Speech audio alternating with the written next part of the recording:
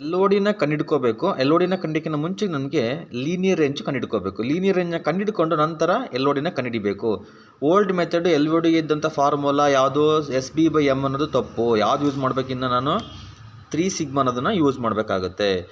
ಆ ಫಾರ್ಮುಲಾನ ಕಲೋರಿಮೆಟ್ರಿ ಮೆಜರ್ಮೆಂಟಲ್ಲಿ ಯೂಸ್ ಮಾಡ್ತಾಯಿದ್ರು, ಅದನ್ನೇ ಫಾಲೋ ಮಾಡ್ತಾರೆ. ಬಟ್ ಅದು ರಾಂಗು. ಈ ಹೊಸ ಎಲೆಕ್ಟ್ರೋಕೆಮಿಸ್ಟ್ರಿನಲ್ಲಿ ಈ ಫಾರ್ಮುಲಾ ಯೂಸ್ ಮಾಡ್ತಾರೆ. ಸಿಗ್ಮಾ ಅಂದರೆ ರಿಲೇಟಿವ್ ಸ್ಟ್ಯಾಂಡರ್ಡ್ ಡಿವಿಯೇಷನ್ ಅಂತ ಹೇಳ್ಬಿಟ್ಟು ಫಸ್ಟು ಸ್ಟ್ಯಾಂಡರ್ಡ್ ಡಿವಿಯೇಷನ್ನ ಕಂಡುಹಿಡ್ಕೊಂಡು ಫಾರ್ಮುಲಾ ಗೊತ್ತು ನಮಗೆ square root of sigma x - x bar by n - 1 ಆ ಫಾರ್ಮುಲಾ ಯೂಸ್ ಮಾಡ್ಕೊಂಡು ಅದು standard deviation. Relative standard deviation ಅಂತಂದ್ರೆ ಏನು, standard deviation divided by average into 100 ಮಾಡಿಕೊಂಡ್ರೆ ನನಗೆ ರಿಲೇಟಿವ್ ಸ್ಟ್ಯಾಂಡರ್ಡ್ ಡಿವಿಯೇಷನ್ ಸಿಕ್ಬಿಡುತ್ತೆ. ಅದನ್ನು 3ಯಿಂದ ಮಲ್ಟಿಪ್ಲೈ ಮಾಡಿಕೊಂಡ್ರೆ ನನಗೆ ಎಲ್ ಒ ಡಿ ಸಿಗುತ್ತೆ.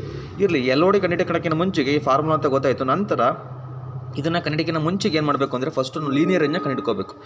ಲೀನಿಯರ್ ರೇಂಜ್ನ ಕಂಡುಹಿಡ್ಕೊಳೋದೇನು, ಲೀನಿಯರ್ ರೇಂಜ್ ಅಂತಂದ್ರೆ ಏನೂ ಇಲ್ಲ. ನಾವು ಕ್ಯಾಲಿಬ್ರೇಷನ್ ಪ್ಲಾಟ್ ಮಾಡಿದಾಗ ಈ ಥರ ಸ್ಟ್ರೈಟ್ ಲೈನ್ ಬರುತ್ತಲ್ವ, ಈ ಸ್ಟ್ರೈಟ್ ಲೈನ್ ಬಂದಾಗ ಈ ಸ್ಟಾರ್ಟಿಂಗ್ ಎಲ್ಲರಿಂದ ಹಿಡ್ಕೊಂಡು ಇಲ್ಲಿವರೆಗೂ ಕೂಡ ಎಲ್ಲ ಪಾಯಿಂಟ್ಸು ಕೂಡ ಒಂದು ಪರ್ಟಿಕ್ಯುಲರ್ ಲೈನ್ಗೆ ಟಚ್ ಆಗಿರ್ತವೆ. ಅದು ಅಲ್ಲಿಂದ ಅಲ್ಲಿವರೆಗೂ ನಮ್ಮದು ಲೀನಿಯರ್ ರೇಂಜ್ ಆಗಿರುತ್ತೆ.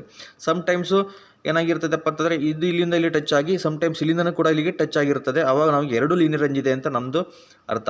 ಟೋಟಲಿ ಈ ಲೀನಿಯರ್ ರೇಂಜ್ ಏನು ಹೇಳುತ್ತಪ್ಪ ಅಂತಂದರೆ ನಮ್ಮ ಒಂದು ಎಲೆಕ್ಟ್ರೋಡ್ ಮಟೀರಿಯಲ್ ಇದೆಯಲ್ಲ, ಆ ಎಲೆಕ್ಟ್ರೋಡ್ ಮಟೀರಿಯಲ್ ಏನಿದೆ ಅದರದ ಒಂದು ಸೆನ್ಸಿಟಿವಿಟಿನ ಹೇಳುತ್ತೆ. ಸೆನ್ಸಿಟಿವಿಟಿ ಎಲ್ಲಿಂದ ಎಲ್ಲಿವರೆಗೂ ನಮ್ಮ ಒಂದು ಮಟೀರಿಯಲ್ನ ಸೆನ್ಸಿಟಿವಿಟಿ ಇದೆ ಅನ್ನೋದನ್ನು ಹೇಳುತ್ತೆ ಈ ಲೀನಿಯರ್ ರೇಂಜು.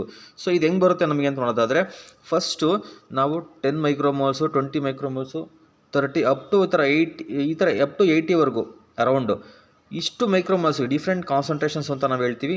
ಈ ಥರ ಒಂದು 800ರಿಂದ 1000 ಸೆಕೆಂಡ್ಸ್ವರೆಗೂ ಕೂಡ ನಾವು ಆಂಪಿಮೀಟರ್ ರನ್ ಮಾಡ್ತೀವಿ.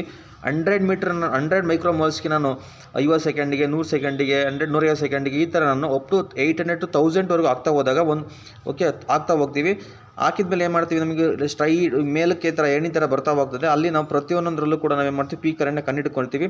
ಆ ಪೀಕ್ ಕರೆಂಟನ್ನು ಏನು ಮಾಡ್ತೀನಪ್ಪ ಅಂದರೆ ಎಲ್ಲವನ್ನೂ ಕೂಡ ಕೂಡ್ಕೊಂಡು ಅವರೇ ತಗೊಳ್ತೀನಿ. ಅವರೇ ತಗೊಂಡಾಗ ನನಗೆ 10 ಮೈಕ್ರೋಮೋಲ್ಸು ಸಿಗುತ್ತೆ. ಅದೇ ಥರ 20, ಅದೇ ಥರ 30 ಈ ಥರ ನಾವೇನು ಮಾಡ್ತೀವಿ, ಕಾನ್ಸಂಟ್ರೇಷನನ್ನು ಪ್ರತಿ 50 ಸೆಕೆಂಡು 100 ಸೆಕೆಂಡಿಗೆ ಆ್ಯಡ್ ಮಾಡ್ತಾ ಹೋಗ್ತೀವಿ. ಈ ಥರ ನಮ್ಗೆ ಅಪ್ ಟು 60 to 80ವರೆಗೂ ನಾವೇನು ಮಾಡ್ತೀವಿ, ಡಿಫ್ರೆಂಟ್ ಕಾನ್ಸಂಟ್ರೇಷನ್ಗೆ ಅವರೇ ತಗೊಳ್ತಾ ಹೋಗ್ತೀವಿ. ಎಲ್ಲವನ್ನೂ ಪೀಕ್ ಕರೆಂಟ್ನ ಬರ್ಕೊಳ್ತೀವಿ. ಲಾಸ್ಟಿಗೆ ಎಲ್ಲವನ್ನೂ ಕೂಡ ಏನು ಮಾಡ್ತೀವಿ, ಅವರೇ ತಗೊಳ್ತೀವಿ.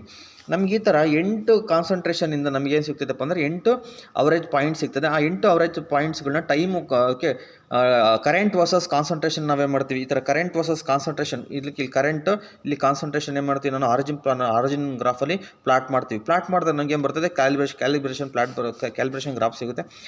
ಆ ಕ್ಯಾಲಿಬ್ರೇಷನ್